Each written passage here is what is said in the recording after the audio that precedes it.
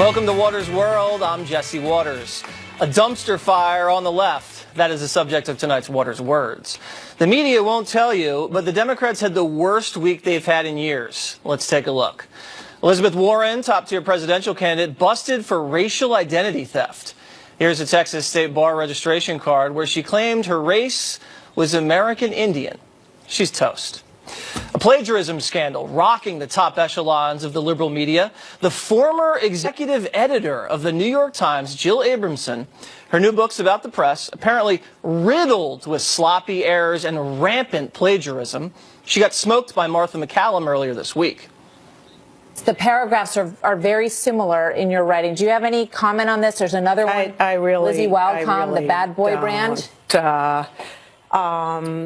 I mean, you're going to be asked to respond to this at some point, and I'll put them right in front of you. You know, all I can tell you is, I certainly didn't plagiarize in my book. No, sure you didn't.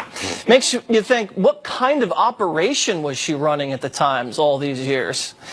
And the media fact checkers are lying to you. The president at the State of the Union said violent crime in El Paso, Texas, dropped after a border wall was built. But the next day, fact checkers claim the president lied. Look at this Vox headline here. A border fence did not lower crime rates in El Paso. In fact, crime went up a bit. Now, that's a total dishonest distortion of the facts. The media cherry-picked the timeline from the time money was authorized for the wall and until only 2011 to make it look like crime went up. But the facts are, when the wall was completed in El Paso in 2009, there were, 3,300 violent crimes reported that year. And in 2016, the latest year data was available, about 2,600 violent crimes were reported. Crime dropped 20% since the wall was erected in El Paso. Now, the fact checkers have become fake news. Socialism on the rise. Here's the president at the State of the Union. America was founded on liberty and independence, and not government coercion, domination, and control. We are born free, and we will stay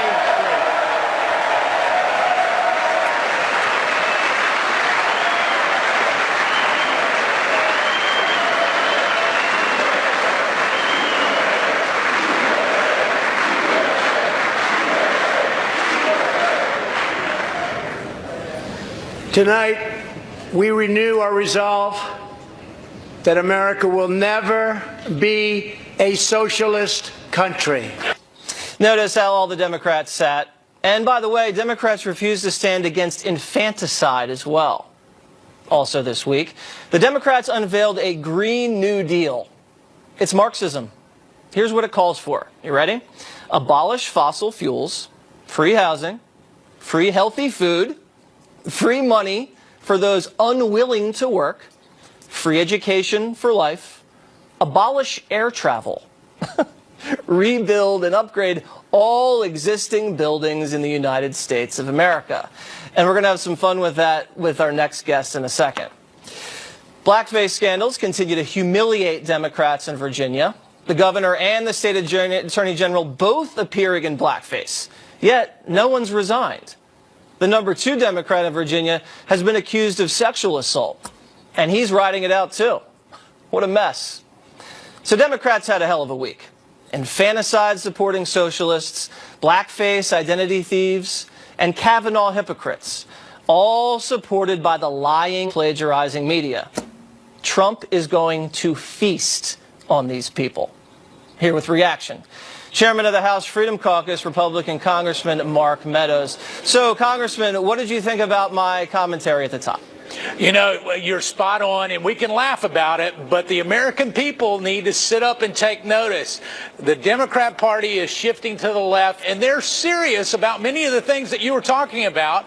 And you just, I mean, when we talk about getting rid of air travel in the United States and rebuilding every building, I can tell you, here's the interesting thing, Jesse. Well, just one thing, Congressman. Yeah. It was a great reaction by the senator from Hawaii, who's a Democrat, when she was asked about this. She goes, well, that's going to be a little bit of a problem for people living in Hawaii.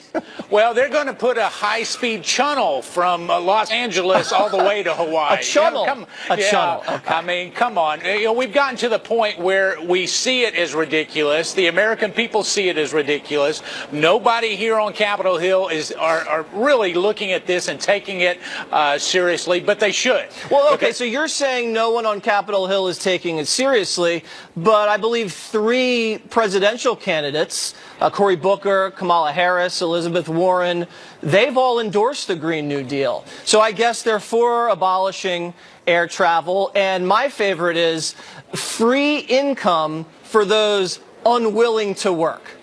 You know, let me just tell you, there's a whole lot of people that if they could get a paycheck and not have to go to work, I think they would opt for that. We're not one of those people, though, Congressman, right? No, we would I'm never not. do that. Well, I tell you what, I love work. I believe that you ought to be paid according to the effort that you put forth. But here's the interesting thing is, Kamala Harris, Senator Harris, when you really look at that, she wants to come after your insurance, your private insurance, your guns. Now they're saying, well, we want to come after your airplanes, your money, your buildings. Right. I mean, what else is next? You mentioned buildings, okay? So they want to upgrade or completely knock down and rebuild every single building in the United States. Now, here in New York City, just to build a new building takes about 3 years to get a permit.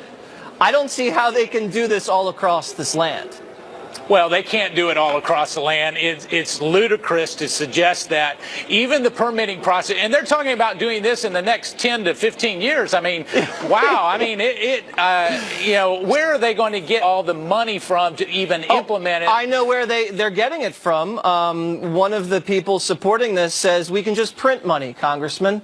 Yeah. You know, like Zimbabwe did. Remember what happened with Zimbabwe? Like $1 is worth like 3 trillion of their currency.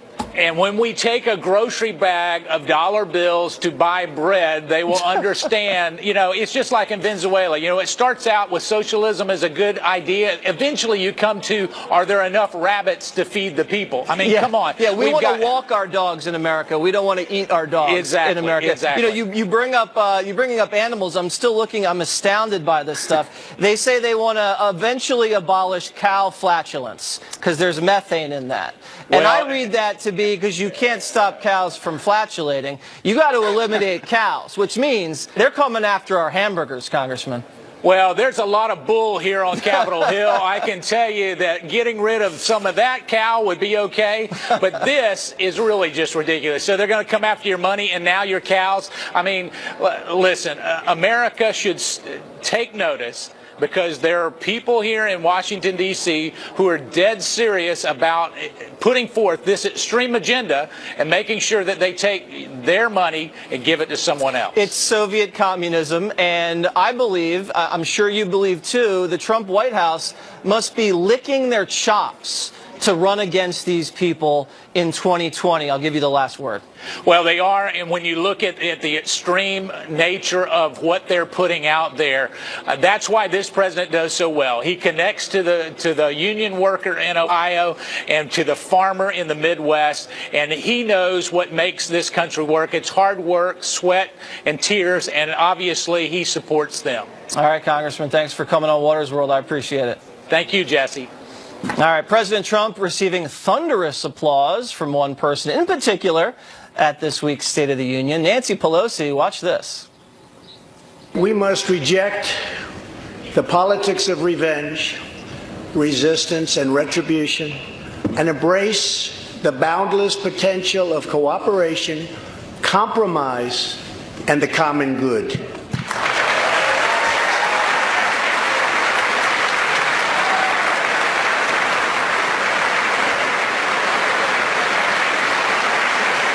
Body language expert Tanya Ryman joins me now.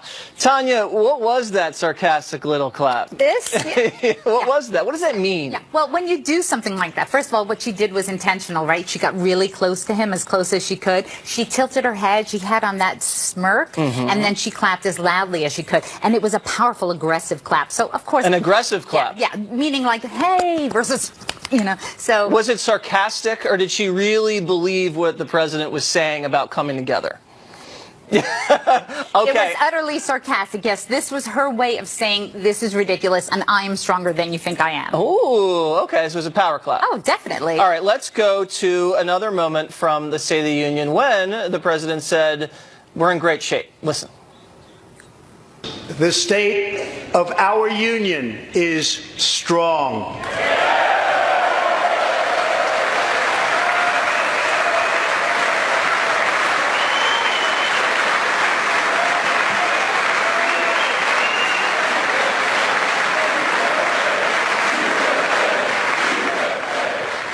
Well, what I found interesting, when the president says something that he knows is going to land, he steps back and then looks around like this. And you notice Pence clapped and Nancy stayed seated. Well, two things. He does do that, but he looks primarily to his base. So when you're watching him, notice he pulls away from the podium, and then he faces who he knows is going to give him the bigger applause, and then he lifts his chin up, and that's a power move. So it's like he's absorbing the energy. He's receiving the applause. And so he doesn't bother looking at the Democrats because he knows that they're not standing. Instead, and that's an anchoring movement. You do that, so it's almost like you anchor your positives, and then you anchor your negatives. So every time he talks about good stuff, it's always towards his people, and then when he talks about bad things, he thinks it's about, I'm going to anchor it towards the people who don't like me that much. Anchoring your positives. Yeah, I like that. Really, that's a powerful move, and he does it often. I'm going to start anchoring my positives a little bit more. Okay, make sure they're towards me. Okay, right. Sounds good. All right, finally, we're going to go to another moment when I think all the Democrat ladies in white got some love. Let's listen. We also have more women serving in Congress than at any time before.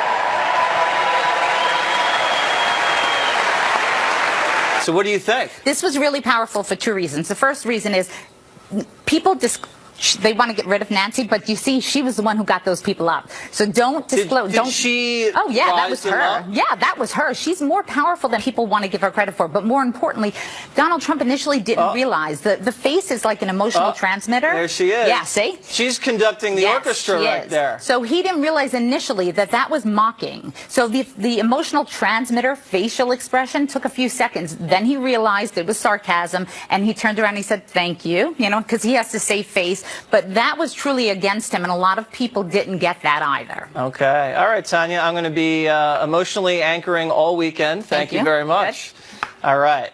Coming up, taking a closer look at celebrities in blackface. Where do you see this list?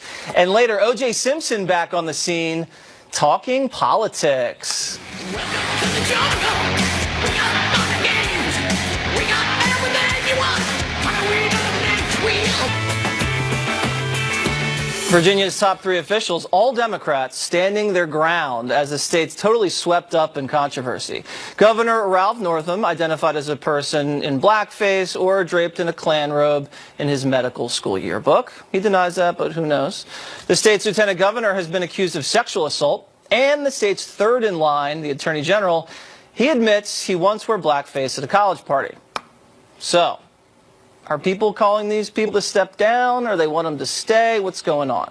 Joining me now, conservative commentator Rob Smith and liberal commentator Wendy Osefo. All right, ladies first. Wendy, we'll start with you. I know what's going on here. It is an identity politics pretzel that you guys have wrapped yourself into. Okay? Because you have the governor in blackface. If he resigns, you have the black lieutenant governor accused of sexual assault. And if he steps down, then you have another white Democrat in blackface. So if the lieutenant governor, he steps down and you replace him with the guy that was in blackface, that's going to make the black people angry. And if you let the lieutenant governor stay, accused of sexual assault, that's going to make the women angry. Well, Virginia is in a pretzel. Yes. I don't think it's anything that the Democrats did per se. I always say that when it comes to issues of racism, it's not a GOP problem, it's not a Democratic problem, it is an American problem. Well, it's a Democrat problem in Virginia. No, it's not, so to speak, because we've had other issues in Virginia, Charlottesville, that has not been a Democrat problem. Okay, so I'm just talking about the blackface thing, but I get your point. Racism is as American as apple pie, and that's not something that we can argue. What are you calling them to do? I'm asking that they step down. All of them. I believe that the AG, as well as the governor. So the two guys in blackface, you want them out? Should step down. And you want the black lieutenant governor accused of sexual assault to be governor? No, I want the claims brought against him to be substantiated. Okay, I agree with that. Rob, what do you think? I think that it's very funny that when you see Democrats being racist, basically, then racism is all of a sudden an American problem. It's always been, and whenever there is a racial issue on the Republican side, then it is an example of some sort of deep-rooted issue with racism in the Republican Party. That's Look true. at the policies let me just ask forth. you, would you forgive any of these Democrats for being in blackface, or is it something they can't recover from, they have to resign immediately? I think for me, look, I don't think that it's something that they can't recover from. I don't know if I necessarily want people to resign immediately. We were on here, I was with you when we talked about Roseanne, when the whole incident happened with her. And I feel that in situations like this, we always lose the opportunity to have a learning experience. I think that people realize that blackface is bad, but when we have these opportunities to tell them why it's bad, they just don't get it, and we don't teach them this. People don't I think that is absolutely crazy that these people were in blackface. And by the way, that yearbook was when he was 25 years old. Okay, well, this is a learning experience on Watters World, as it always is. Yeah. Let me ask you, Wendy, about some of these comedians, entertainers. Let's take a look at some of their blackface episodes. We had Ted Danson, famously in blackface many, many years ago in an event. There he is right there. I mean, that's pretty outrageous. You had Jimmy Kimmel not too long ago dressed up as Karl Malone. I mean, he's a big Karl Malone fan. I can't believe you can even find this online. Jimmy Fallon, I think, was Chris Rock at one point. Does it make a difference if it's a celebrity in an entertainment capacity to do blackface? Because I don't think it should make a difference. It doesn't make a difference. And to go back to Rob's point, we do not know as a country that blackface is bad, because if we did, people would not do it. People only admit blackface is bad once they get caught. That is an issue. I think 99% of the country thinks it's bad. I do not think so, because honestly, what you always hear from people is they say, I was not trying to make offense to anyone. I was trying to represent a culture. That's ridiculous. But if Wendy thinks that the governor and the AG should resign for being in blackface, what do you think should happen to the celebrities? I absolutely think that there should be ramifications for their ramifications. Absolutely. But we never they can't resign. They're not in a political No more position. late night shows? Yeah, No but when we more. had No, the liberal seriously. Wow, okay. So I was watching Jimmy Kimmel do Karl Malone, and for me, the most offensive part of it wasn't him being in blackface. It was like the black voice that he used and that affectation. And you find so much with the liberal comedians that they're given a pass. Ted Danson, Jimmy Kimmel, all these people were given a pass. Sarah Silverman has been blackface as well. And so you never really see that outrage from the public when it's liberal. I think Robert Downey Jr., he was in blackface. He was nominated For an Academy Award. when he was in blackface. What was that movie? Tropic Thunder. Tropic Thunder, right.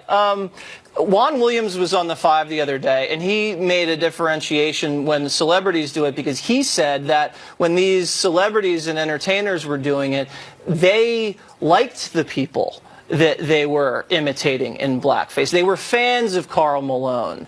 They were fans of Chris Rock. So he got into the intent. Do you make a differentiation? It's not about the intent, because everyone knows the history of blackface, which comes from the 1830s, making fun of African Americans and stereotypes that have been juxtaposed to African Americans of being lazy, of being ignorant. Those things, you cannot take that away. Blackface represents that. It does not matter what the intent is. It is wrong. Well, I can't believe people don't know that. Yeah, and I agree with you on that. I think that people just don't know. There's so many people that I talk to. I think they don't I think that people don't know the history behind blackface and why and how it has been used to dehumanize African Americans, and how these things, come up again and again and again. Yeah. And I think that whenever this happens, we never really go into that conversation so people can understand why it is so hurtful to African Americans and to black people. And I think that we missed that moment, and I don't want to miss that moment this time, because I think that this is a teachable lesson. All right, well, Wendy, I think your mom would be proud, because you didn't yell at anybody this time. Hey, Mom, I did well.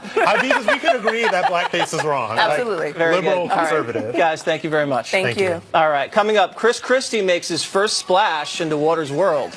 And later, who's right and who's wrong? Watters World is debuting a new segment. The general admitted on Wednesday that he wore blackface to a college party in 1980. Massachusetts Senator Elizabeth Warren is entering the race for president.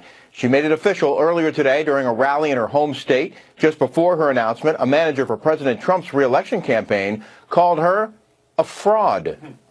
I'm Rick Leventhal. Now back to Life, Liberty, and Levin.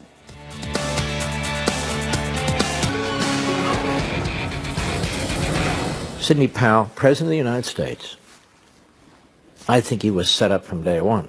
Before he was President of the United States. Oh, I agree. Even as a candidate, they were focused on him. I think the evidence is abundantly clear, and I don't much care what the Mueller report has to say.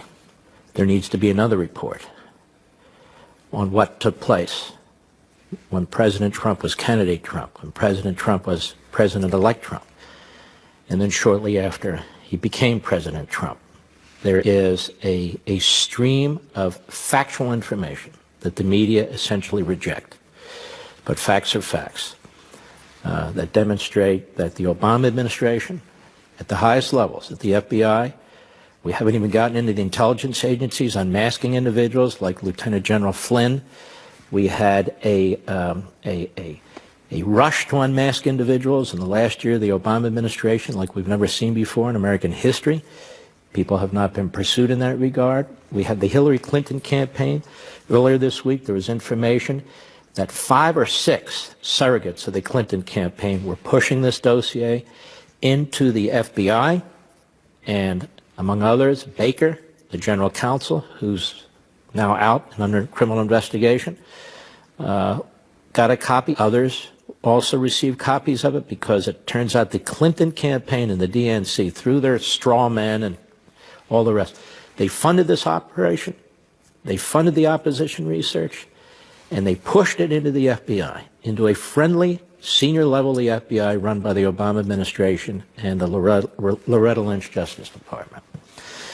Now, Mr. Weissman, it turns out, based on this earlier reporting by John Solomon this week, was among several who were told by Bruce Ohr, for America, he served on the staff of the Deputy Attorney General, very senior position. I had the position once.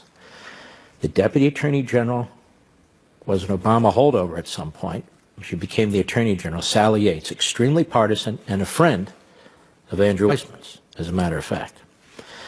And Weissman, before he goes into the special counsel, is one of the individuals who Bruce Ohr tells, according to his testimony to Congress in closed session, this dossier, look, my wife works for Fusion GPS, which, secured the dossier, and just be careful about it, because it is involved in opposition research, and there are political aspects to it.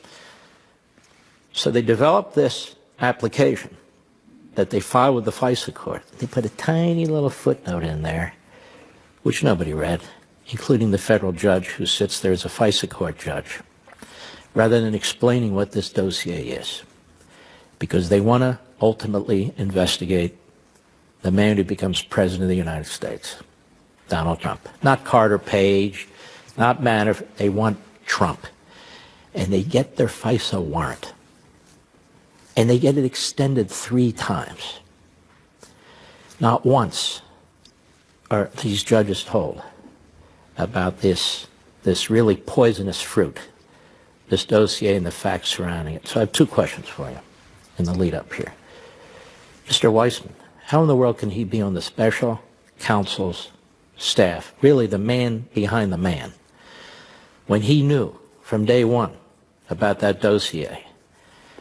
And then number 2, where are these federal judges? You and I practice law in federal court from time to time. A federal judge learns that false or misleading information was presented to him or her, and on that basis they sign off on a warrant. I can tell you the federal judges I practice, one in particular, Royce Lamberth, he would have dragged my butt back into court, he would have had an evidentiary hearing, and he would have held me in contempt. Where are these judges? So first of all, how does Weissman get away with this? I guess because Mueller wants him to. And secondly, why are these federal judges, now that they know the truth, it's all out in the media, why are they sitting silently? Well, Weissman has been doing this for at least 20 years, and Bob Mueller knows it. That's what he brought him on the task force to do, or the So you special think Bob counsel. Mueller wants this guy? He has to. He picked him. He handpicked him. In fact, he's advanced his career over the years. He has totally advanced his career over the years, and he's protected him. And I know that because Bill Hodes and I filed a grievance against Andrew Weissman while he was Deputy Director General Counsel of the FBI under Mr. Mueller. What happened there? Well, ironically enough, the Department of Justice was defending him against the grievance. We filed it with the New York Bar. And unbeknownst to us, the New York Bar punted it to the Department of Justice Office of Professional Responsibility to decide it while the Department of Justice was defending Mr. Weissman on it. And all of a sudden we get a letter from OPR, of course, finding absolutely nothing wrong, even though Mr. Weissman and his team had yellow highlighted evidence that they knew before the trial was favorable to the Merrill Lynch defendants, completely favorable to them, the exact language we needed to defend them before the trial that exonerated them completely. So he skates and on they the edge. hit it. He skates on the edge. And he just seems to get away with it. Oh, it wasn't even on the edge. The Fifth Circuit, in our motion for new trial appeal, found that the prosecutors plainly suppressed evidence favorable to the defense. They just bailed out the government by holding it wasn't material. See, if this Fifth Circuit court ruling, material or not, it shows really sketchy conduct. You have the Supreme Court reversal. You have this man who's told that the dossier really is tainted. He winds up in the special counsel's office. You have these judges who don't plan to do a damn thing about any of it on the FISA court. Now you have them teeing up the President of the United States, and they say, we want to interview the President of the United States. It's no big deal. We just want to know his opinion about why he fired James Comey. We just want to know his opinion about Lieutenant General Mike Flynn. When we come back, I want you to explain to us why that's a problem. We'll be right back.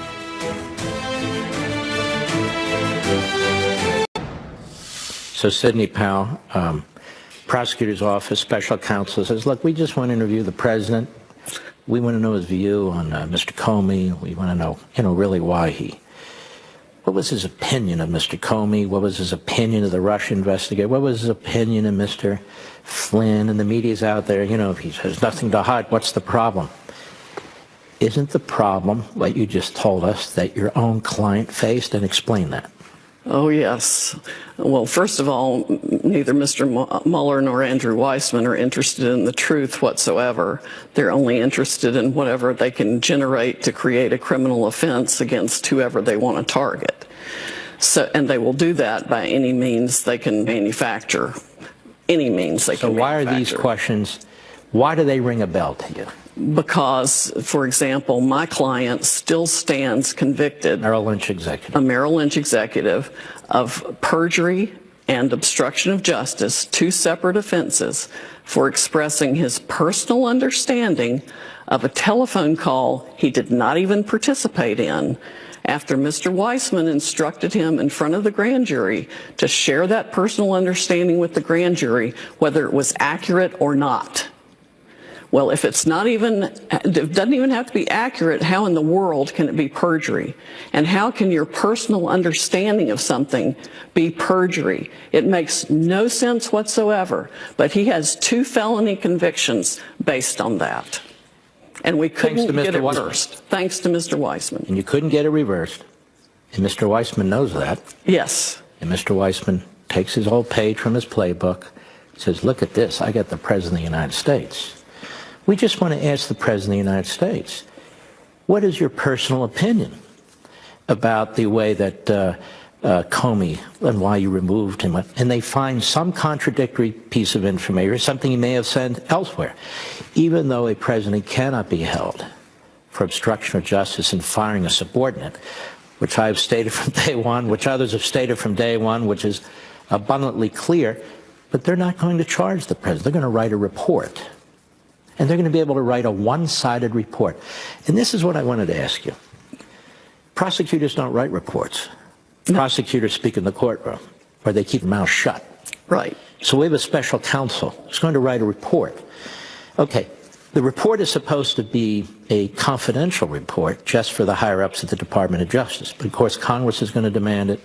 The press is going to demand it. Somebody will likely leak it. So here we're going to have a document by the likes of Mr. Weissman, who will oversee it with his boss, Mr. Mueller.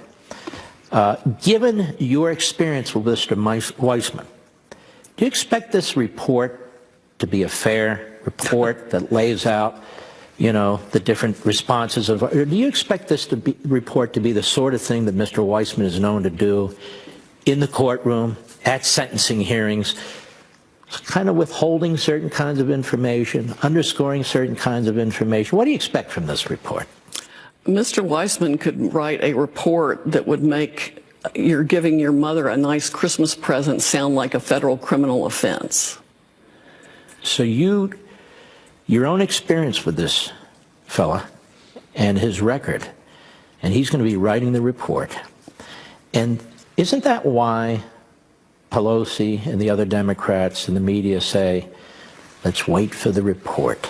Let's wait for the report, because they know who's going to be writing the report, and I suspect they know some of the things, frankly, that are going to be in the report. Wasn't Mr. Weissman at the Hillary Clinton victory party? Yes, I've heard that's true. I understand she lost. Yes. And that upset him very much. Didn't he send a communication to Sally Yates, who was the acting attorney general at one point, an Obama leftist appointee who had been the deputy attorney general?